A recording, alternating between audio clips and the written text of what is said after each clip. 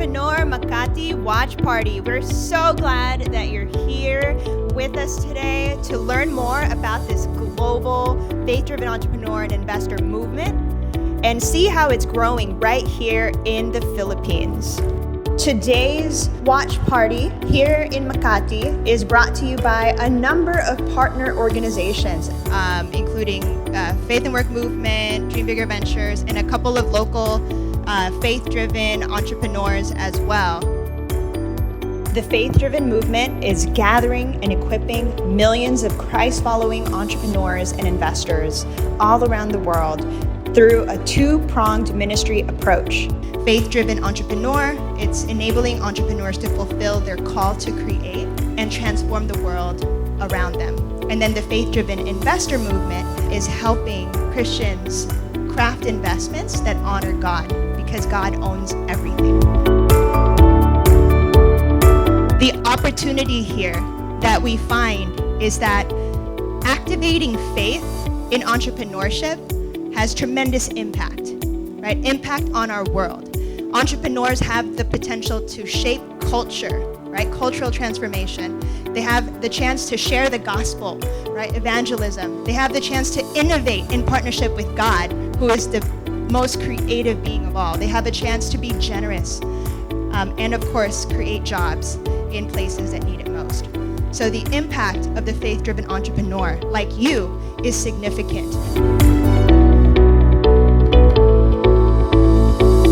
Kind of being able to find people to walk with was such a huge challenge. And I think that's why this conference is important, why this movement is important. Because, you know, whether if you're an entrepreneur or an employee or, you're trying to build something new, you will always face a moment where you will reach the unknown and reach your limit.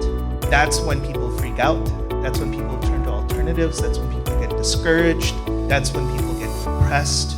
Starting a business, running a business, growing a business always will push you to that limit. Well, there's a lot of really good things that I learned. I think the one thing that I would like to share is the idea of the good work and good rest.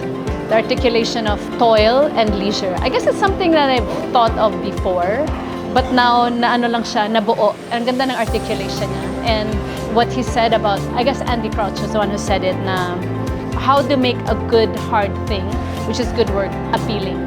So I think as an entrepreneur, that's something that's always resonated with me. But today, it was the articulation of it. How do you make this good hard thing appealing to people? So yeah, leisure is fun, but at the core of us, like how do we make work something that's really dignified, because work is a gift from God. So that's one thing I learned, and I hope to discover new strategies, today, and with more engagement with other faith-driven entrepreneurs. What struck me the most is becoming missional in what you do, in your work, in your organization, in your business. Knowing that, the Lord called you to do this, to make an amazing product or services, and then create a meaningful impact to the lives of people. So becoming missional in your work, in your words, in your business, and in your ministry, of course. I can envision that being a faith-driven entrepreneur doesn't have to be lonely, doesn't have to be isolating, but it can be a movement, it can be a community, and it is the global church moving all over the world. So that's how I envision my journey as a faith-driven entrepreneur. I'm excited to see more people coming in sa movement. Like, I want to see more Christians doing business and leading the way for us, because I think right now, that's what the Philippines need. We hope that today, it's not just a one-day event for you, but really it'll be a time that's catalytic. We hope that today will be a time where new friendships will be formed toward advancing God's kingdom right here in the Philippines.